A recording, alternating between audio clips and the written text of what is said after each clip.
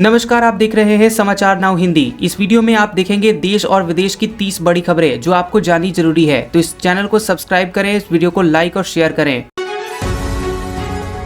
संजय राउत ने राहुल गांधी को किया फोन, बीएमसी चुनाव साथ लड़ने की अपील। एकला चलो का ऐलान कर चुकी है कांग्रेस। महाराष्ट्र में जनवरी में होने वाले बीएमसी चुनाव के लिए शिवसेना, उबाठा और मनसे के बीच गठबंधन पर बातचीत जारी है। इस बीच संजय राउत ने कांग्रेस नेता राहुल गांधी से एमवीए गठबंधन को अंतिम रूप देने के लिए टेलीफोन पर चर्चा की है। मुंबई कांग्रेस ने अकेले चुनाव लड़ने की घोषणा की है, जबकि शिवसेना भाजपा के खिलाफ एकजुटता पर जोर दे रही है।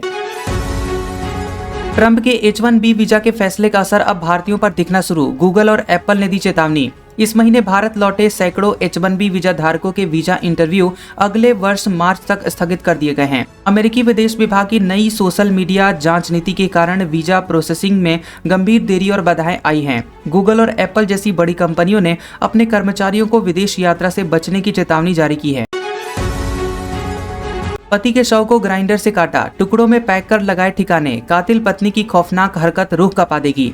संभल जिले के चंदौसी में एक महिला ने अपने प्रेमी और साथियों के साथ मिलकर पति की बेरहमी से हत्या कर दी। मृतक राहुल के शव के टुकड़े कर पहचान छिपाने की कोशिश की गई और पुलिस ने कटे हुए अंग बरामद किए हैं। मृतक की पत्नी रूबी, उसके प्रेमी अभिषेक और अन्य युवक गौरव को पुलिस ने गिरफ्तार कर लिया है। 1.5 करोड़ की ऑडी बनी कबाड़, दिल्ली में रफ्तार का कहर। कई गाड़ियों से टकराते हुए ट्रक में जाकर घुसी लग्जरी कार। दिल्ली के ओखला फेज 1 इलाके में एक तेज रफ्तार ऑडी कार ने कई वाहनों को टक्कर मारते हुए एक खड़े ट्रक से भिड़ गई।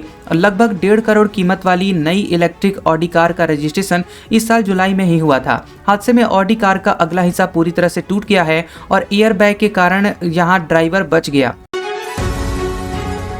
बांग्लादेश में यूनुस को सत्ता सौंपने वाले ही भड़क गए, बोले हादी की मौत में एफबीआई और स्कॉटलैंड यार्ड का हाथ। इनकलाब मंच ने शरीफ उस्मान हादी के हत्या में एफबीआई और स्कॉटलैंड यार्ड की जांच की मांग की है। मंच ने फास्ट ट्रैक जुडिशियल ट्रिब्यूनल के गठन के जरिए त्वरित न्याय की आवश्यकता पर जोर दिया है। सदस्य सचिव अब्दुल्ला अल जाबेर ने सरकार विरोधी आंदोलन की चेतावनी देते हुए विरोध मार्च का आह्वान किया है। 1500 के टिकट के मांगे 3500 रुपए, परिवार के सामने दी गालियां। वंदे भारत ट्रेन में टीटीई ने कर दी सारी हदें पार। नागपुर के एक होटल व्यवसायी परिवार समेत वंदे भारत से उज्जैन महाकाल दर्शन के लिए निकले थे, लेकिन टिकट नहीं मिल सकी। रेलवे स्टेशन पर टिकट न मिलने पर टीटीई से 10,000 रुपए में 4 सीटों की डील की गई, जबकि ट्रेन में कई सीटें खाली थी। मनोहर ने मुल्ताई स्टेशन पर उपलब्ध सीटें ऑनलाइन लेकर टिकट खरीदे, जिससे टीटीई ने अतिरिक्त पैसे मांगने शुरू कर दिए।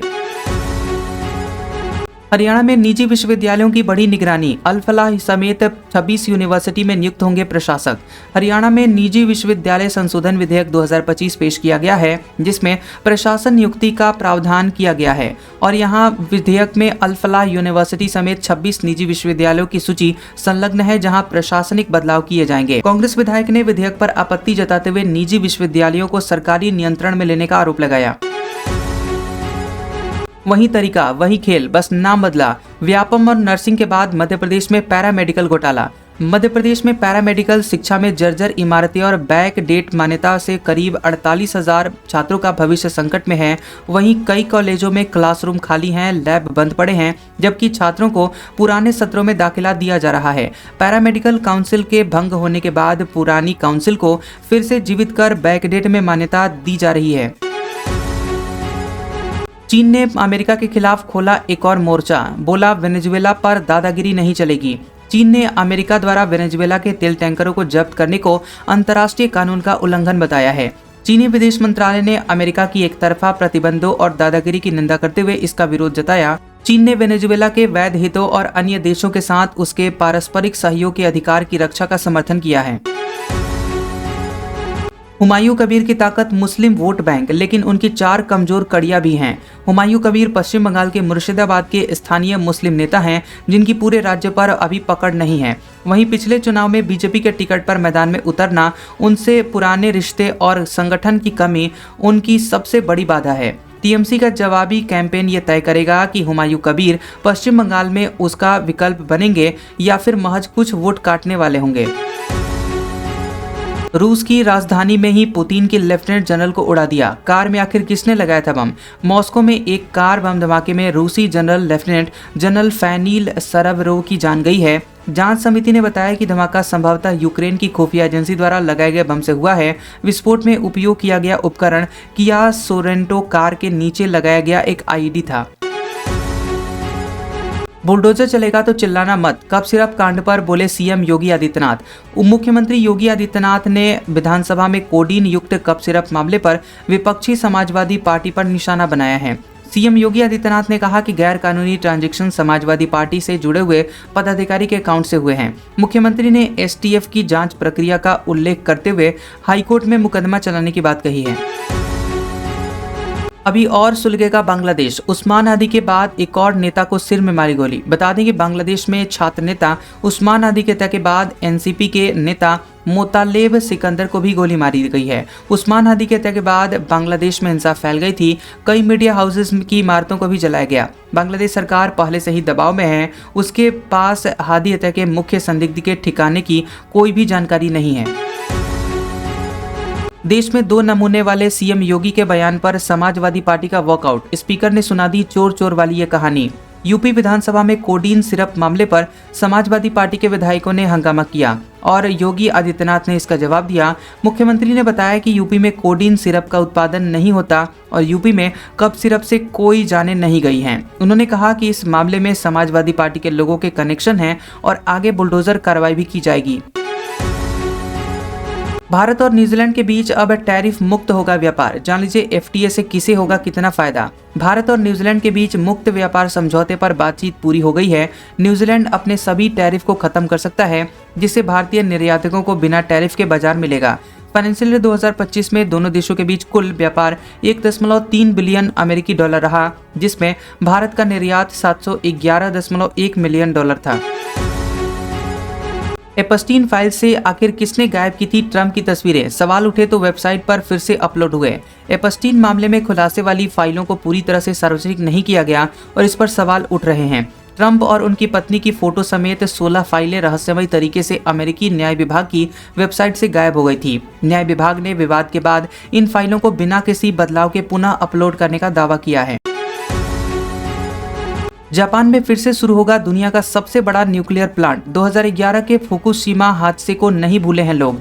जापान के निगाटा क्षेत्र के काशिवाजाकी कारिवा परमाणु ऊर्जा संयंत्र को फिर से शुरू करने का निर्णय लिया गया है। बता दें कि यहाँ ये प्लांट दुनिया का सबसे बड़ा न्यूक्लियर पावर प्लांट है और 2011 के बाद पहली बार सक्रिय होगा। फुकुशिमा आपदा के बाद जापान ने 54 रिएक्टरों को बंद किया था, जिनमें से कई को अब फिर से चालू किया जा रहा है।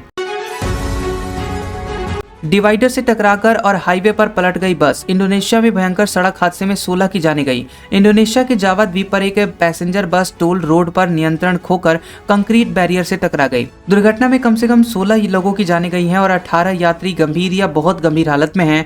बस जाकार्ता से योग्यकार्ता जा रही थी और सेमारंग के क्रापिया टोल मार्ग पर घुमावदार एग्जिट रैंप पर पलट गई। 2 गुलाब या फिर टेबल निशान। चुनाव आयोग हुमायूं कबीर की पार्टी को क्या देगा सिंबल?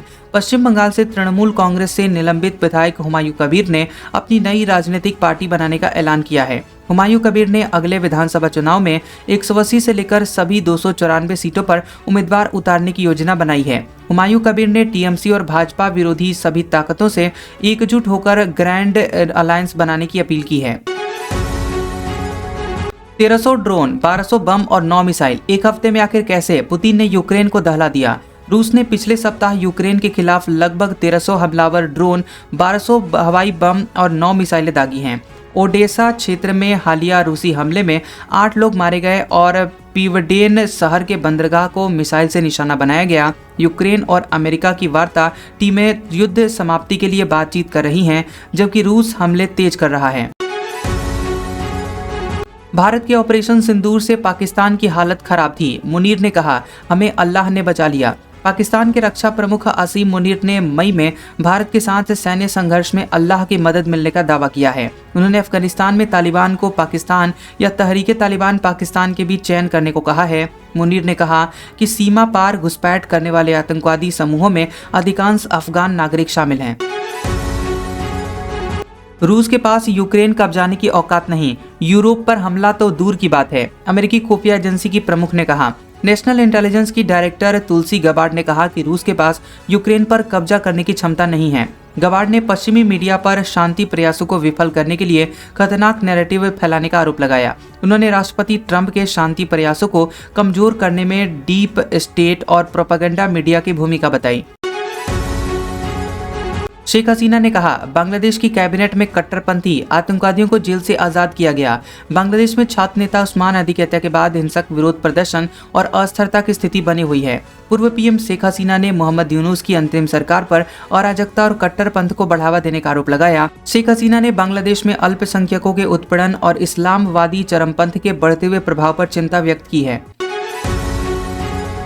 दिल्ली में पड़ने वाली है कुल्लू वाली ठंड, यूपी से पंजाब तक घने कोहरे का अलर्ट। दिल्ली में घने कोहरे शीतलहर के कारण न्यूनतम तापमान 9 डिग्री सेल्सियस और अधिकतम तापमान 12 डिग्री सेल्सियस के बीच बना रहेगा। पंजाब, हरियाणा और उत्तर प्रदेश के कई इलाकों में 22 से 27 दिसंबर के बीच बहुत घना कोहरा छाए रहने का अनुमान है। वहीं दिल्ली में 23 और 24 दिसंबर को तेज हवाओं के कारण वायु प्रदूषण में कमी आएगी और विजिबिलिटी बेहतर होगी। 3 दिन में 12 लाशें, कभी पुल पर लटकाया, कभी जंगलों में ढेर लगाया। इस देश में गैंगवॉर से अमेरिका भी डरता है।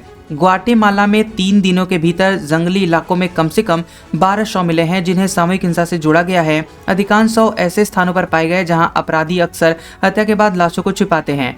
ग्वाटेमाला की हिंसा मुख्य रूप से बैरियो 18 और मारा साल्वाट्रूचा गैंगों द्वारा संचालित होती है।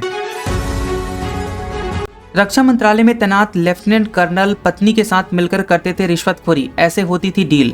लेफ्टिनेंट कर्नल दीपक कुमार शर्मा पर रक्षा मंत्रालय से रिश्वत लेकर सरकारी अप्रूवल दिलाने का आरोप लगा है। बता दें कि दीपक शर्मा की पत्नी कर्नल काजल बाली भी इस मामले की जांच के दायरे में है और उन पर कार्रवाई संभव है। 19 दिसंबर को सीबीआई ने दीपक शर्मा को गिरफ्तार किया। उनके घर से बड़ी मात्रा में नकद राशि बरामद हुई है।